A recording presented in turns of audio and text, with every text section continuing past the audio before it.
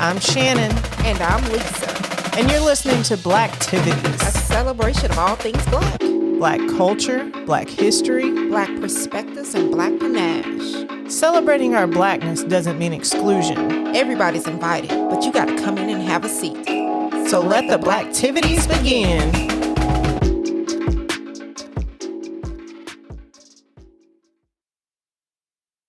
Welcome again to our very first episode of Blacktivities. I'm Shannon. And I am Mona Lisa. And we are the talented duo who will be serving y'all a whole lot of Black girl magic. I have to say I want to say this to you. Yes, it's Juneteenth, but I want to say this really quick, guys. I want to get this out the way. I want to first applaud you for this awesome idea, and then also thank you for allowing this opportunity to come and, be on this with you, because this is going to be such a treat. The things that you have planned and the things that I have come together and we planned, it's going to be amazing. I'm telling you, it's going to be an awesome road. Oh, we got a lot planned. Yes. So it's Juneteenth, 2022, and we intentionally named this episode Free-ish because freedom is what this holiday celebrates. So, Lisa, I don't know if you've done this before, but my husband and I noticed this. When we went for a walk one day in our neighborhood, we live in a pretty diverse neighborhood in a historically not so diverse city. Okay. Some white people came walking in the other direction from the way we were walking. And when we got to where they were, we stepped off the sidewalk to move out of their way. And my husband was like, why do we do that? Because those white people, they didn't act like they were going to step to the side and move out the way. They just kept on walking like that's just what was supposed to happen. I think more or less when it comes down to stuff like that, it's just, I don't want to say it's embedded in our DNA. It's like, I don't know, it's just like an automatic thing that we have grasped.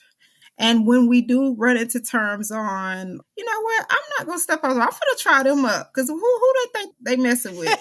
It looks as if, we're the challenging ones. Like, we got the attitude problems. So I think it's just something that is taught to us. Well, I think we are free-ish, which brings us to Sax Facts. So, Abraham Lincoln, right? He issued the Emancipation Proclamation in 1863, saying that slaves in states controlled by the Confederates should be free. But that didn't apply to the entire U.S. to be. And good old Texas was like, huh? Oh, you talking about us? Carry on. So then 2.5 years later, they sent them boys, the federal troops, to Galveston, who said, bruh. And they freed everybody else. And that's why we celebrate Juneteenth. So slavery... Imagine this. Sorry to cut you out, but imagine this, though. The job you have right now, okay? Now, yes, you pay your bills. This is something that you do. Like, okay, you may have a little love for it, but when it's time to go, it's time to go. Imagine somebody come and say, why are you still here? And you're like, what you mean? You're like, oh, yeah, they left like 3 hours ago. Right. You're going to be mad. Right. So slavery ended on paper in December of 1865 with the 13th Amendment, which sounds like a long time ago, but that doggone Jim Crow. Think about this. Segregation only ended in 1964 with the passing of the Civil Rights Act. That's only 58 years ago. Right. Like, our grandparents and some of our parents experienced that. So we are not that far removed from all this racism and stuff. And that is Sax Facts. That's crazy. That is really crazy. So let's talk about that. What are some ways that you think we're free-ish, Talisa? Free-ish. Well, coming from where I come from, and I don't want to throw out the field where I work, but when it comes to finances, when it comes to opportunities, I feel like, yes, we're given a leeway when we start our own businesses before it's getting that jump start or getting that, that little loaner money or whatever. Sometimes it just doesn't work out that way. So yeah, we're free-ish when it comes to certain things and being entrepreneurs and all of that. But when it comes to certain resources, they kind of like, nah, get in your lane, stay in your lane. So I think with that, we kind of free-ish. Yeah, because it's like, they're like, okay, you have technically on paper all the rights as everybody else. Mhm. But when you start getting to a certain level or you start to step into their territory, it's like, okay, now we got a problem. We got to make some kind of rule that doesn't look like it's going backward, but we got to stop you from exercising all the rights that you have. Right. And then another thing with us is whenever we're like, even though we're doing it the right way, we're trying to go by these laws. And like you stated before, they'll figure out some type of way to kind of push us back. Anytime that we are combative, then we're the problem. Say that again. Anytime we're combative, then we're the problem. The angry Black woman. Yes. And don't get me wrong, I love, being, the strong woman, you know what I'm saying? But there are certain situations where I'm like, yo, like, that ain't right. Like, this is what we're going to do. This is the laws. This is, section 3 of this and this and this. And because I'm bringing it up, they're like, well, why do you want to come over here and cause a problem? Right. What you so mad for? That's let me tell you, if I had a penny for every time I heard what you so mad for. What you mad for? And you sit there dumbfounded like, oh, you're kidding. Like, seriously? What I'm mad for? I'll tear all this up over here. I'll slang all this up over here. I'll show you mad.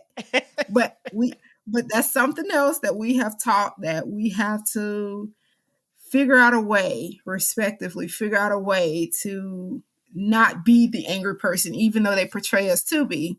And that's something else that's embedded in our DNA, is turning the other cheek. Right. I'm thinking about someone that I work with who, we have certain things we're supposed to do. And this person never does what we have been told we're supposed to do. Be careful now.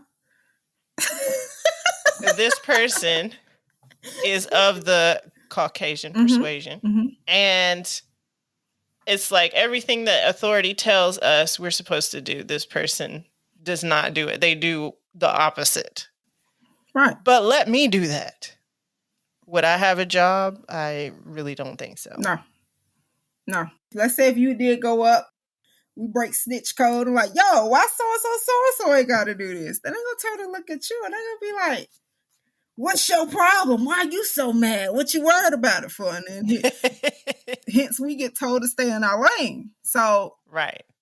That's why I choose my battles wisely nowadays. Yes, I grasp the whole free-ish concept, but I choose my battles wisely. Well, think too about the NFL. The whole thing with Brian Flores, the coach. Ooh. When you think about the structure of the NFL, to me, that's like, the rich white slave owners, right, who own these teams.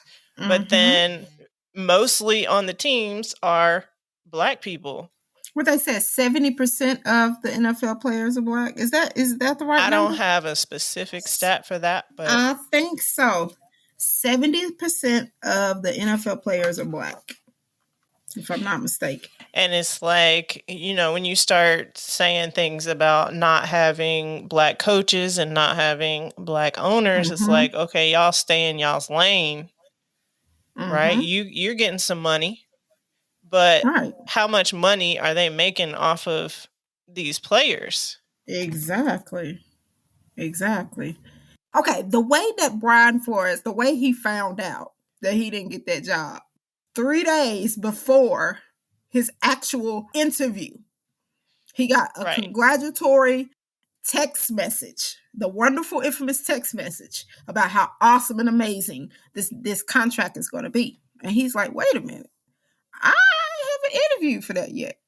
But wasn't the other guy named Brian, the guy that got it mixed up? Yep.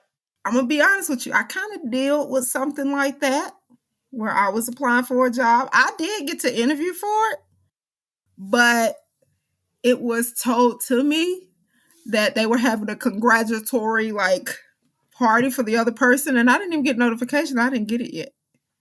So I'm like, oh, but they want to know why I'm mad. Right.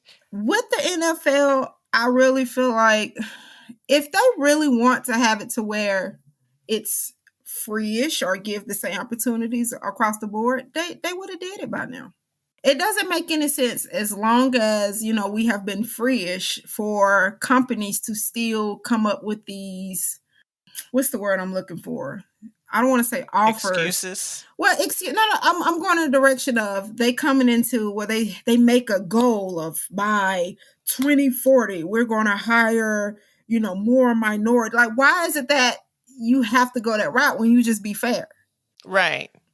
And then they'd be like, oh, well, we can't find enough qualified candidates. Ooh, that sounds like a company. I ain't even going to say. And then, too, it's hard when, let's say, to be fair, okay, these companies do come up with these plans or these goals, or how many people they want to hire by a certain amount. Then that person who isn't white is going to feel discriminated against because it's like, yo, they got this pledge or this vow to hire this many people over this certain amount of time that I'm going to get overlooked. And then what about their education, which I know, but it's all about being fair. It's all about that. So I feel like if everybody just go normal, just look at the qualifications, stop looking at who the actual person is, then we wouldn't run into that issue. But is that possible, though? Do you think that'll backfire on you, though, if you're actually looking at the qualifications of the person, their resume, and hire them based off of that and not actually looking at them? Now, here's the thing, though. Shamika ain't gonna get hired over Julie. Some kind of way they're gonna figure out. But also, part of what I feel like is post-traumatic slave syndrome. Mm-hmm. Like, we always tell our kids that we have to be twice as good and more qualified than everybody else. Mm-hmm. And we do. Mm-hmm. So I don't know that it would backfire because I feel like we're already overqualified. Right. There's a lot of things that we do because of post-traumatic slave syndrome. From the food we eat. You like chitlins? No. Ugh. I did when I was little. Don't get me wrong, because I didn't know what the hell I was eating. Look, you probably take my black card and some of the stuff I don't eat. Like I don't buy Kool-Aid. We don't do Kool-Aid at my house. Oh, well, we're on a health kick, so okay. We don't. I drank that when I was younger before I got health conscious. Yeah, I don't buy Hawaiian Punch. That's a no-no. Yeah. But even looking at that, like our food, the things that are quote unquote like black culture foods, like the Kool-Aid, like the Hawaiian Punch. It's cheap stuff that we could afford because we weren't making that money or had the same opportunities as other people. Right. But it's also killing us. Yes. Because of all the stuff that they put in it. Right. When last time you fried some chicken? I don't eat fried chicken. See. Look, Shannon, they gonna take our goddamn card. We gonna keep doing this. They ain't gonna let us have this podcast. But guys, we still black. Yes, we still black. We just trying to break generational curses and eat healthy. Right. We have to free ourselves from these things that we do as black people. Right. Because I'll be damned if I get on high blood pressure meds. Oh, I'm already there. I'll see. I can't, man. It's close. That's the thing. Like, from the food we eat to our health issues, Mm-hmm. even health care, because they used to say that we didn't feel any pain. Mm-hmm. But we have the highest rate of mothers who die during childbirth. Still to this day. Yeah. Another thing too, what kind of sparks me is right now people buying houses. And I was talking about how small business owners, they have a hard time getting loans, but what about getting assistance on purchasing a house? Well, there was a certain financial company in the news here recently because that number they pledged to help a significant amount of African Americans with purchasing their first home. But when they went back and looked at the numbers, that wasn't a really big change. I think after George Floyd's death, a lot of companies pledged a lot of things, but I don't see a lot of those things happening. Right. When you do the questionnaire when you're purchasing a house, and that's the first thing at the top, they ask you what's your race. And they say back then it was because they wanted to make sure you were staying in the area where if you're African American, you more African American up there, they want to make sure you stayed in that African American suburb or community or wherever you were, and that you wasn't shown houses, in the Caucasian area. Redlining. Yeah, there we go. But now I remember I was in a training class, and I was like, okay, well, if that was like that back then, why do we still do this now? They say, oh, we just want to make sure that we're keeping record of it being fair. And I'm like, why does it matter if they have, money, or if they have a program they qualify for to help them with their down payment, or, they have the credit to back it, then why does it matter? Again, regardless on what people say and the pledges, it's there. It's there, and I don't see it going away anytime soon. I had to take my blood pressure medicine. Oh, okay, my bad. I had to give you that.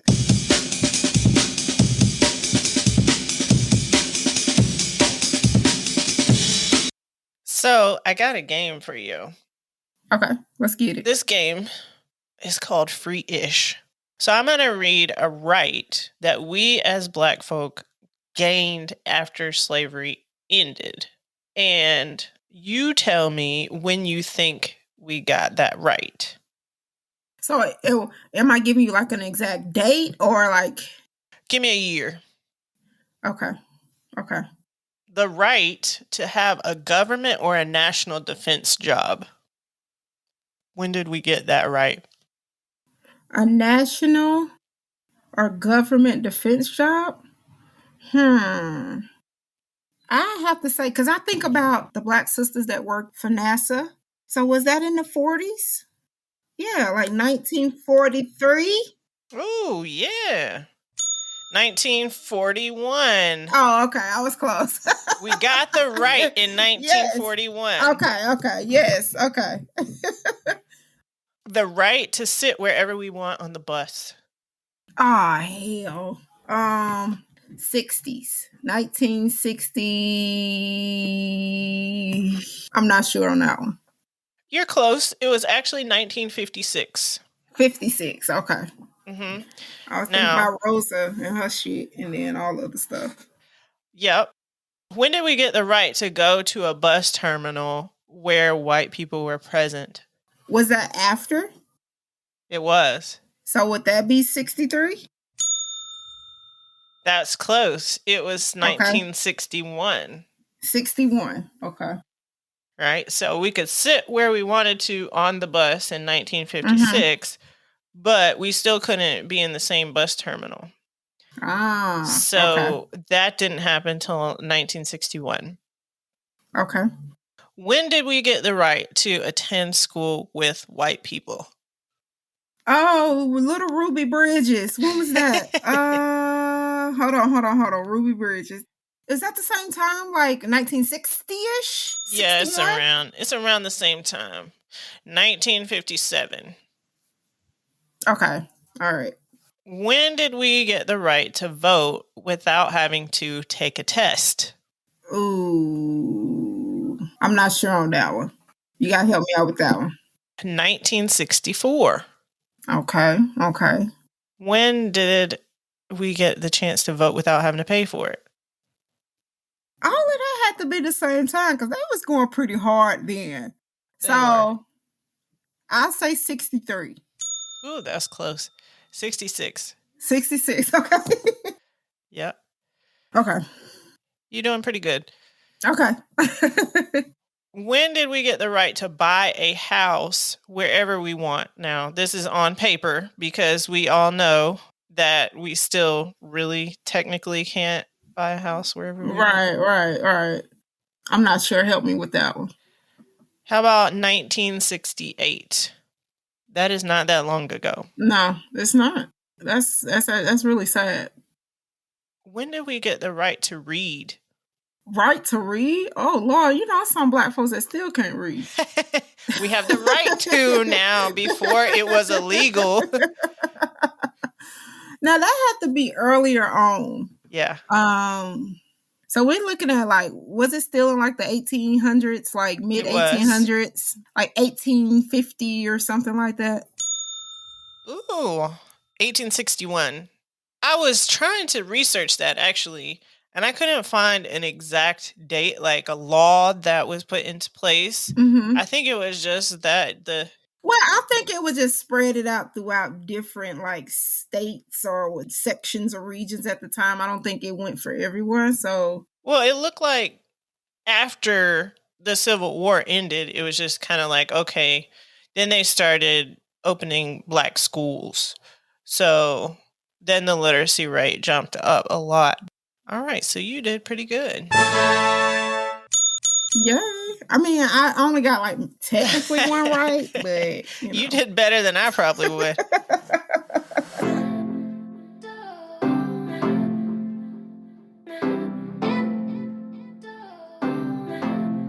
All right, so the last thing we would do is your spoken word segment.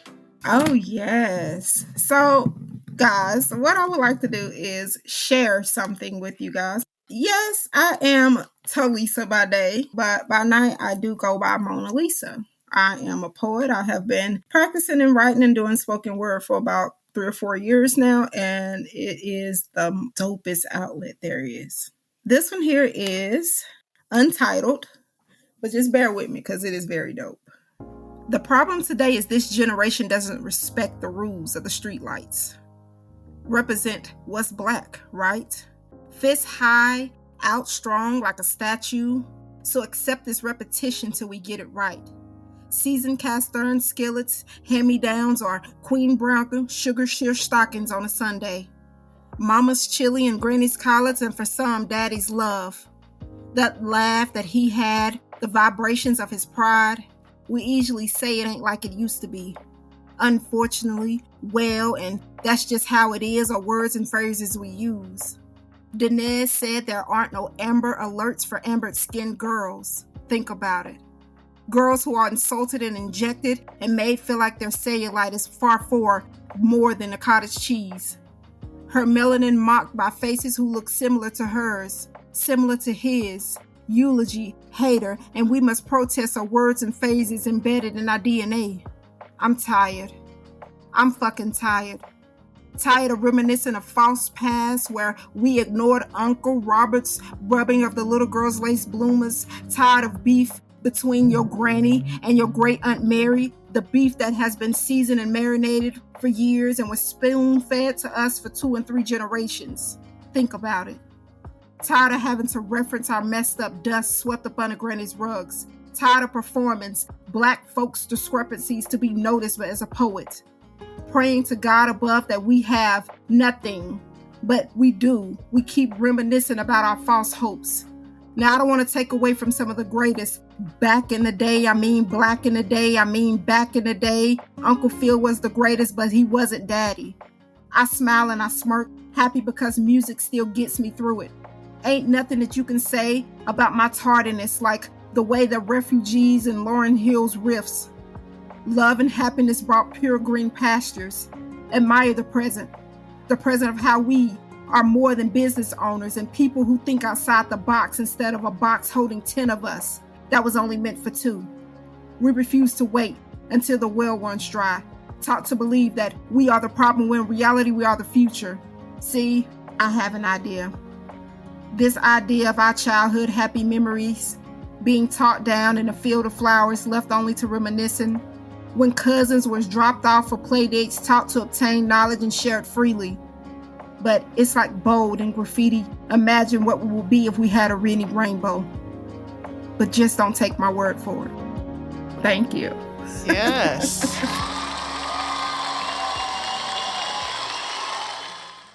All righty. Well, this has been a treat. Yes. If you want to continue today's discussion, join us at the cookout in our Patreon community at www.patreon.com/Blacktivities Pod. Yes. And we will be sharing this on our Instagram page. That way you can always go in and check it out and tell your friends about it. Yes, ma'am. Thank you again for being part of our first official episode of Blacktivities. We hope that you'll join us again for episode 2, where we'll be talking about black hair. Oh, yes. I can't wait. But until then, kings and queens, keep doing big things.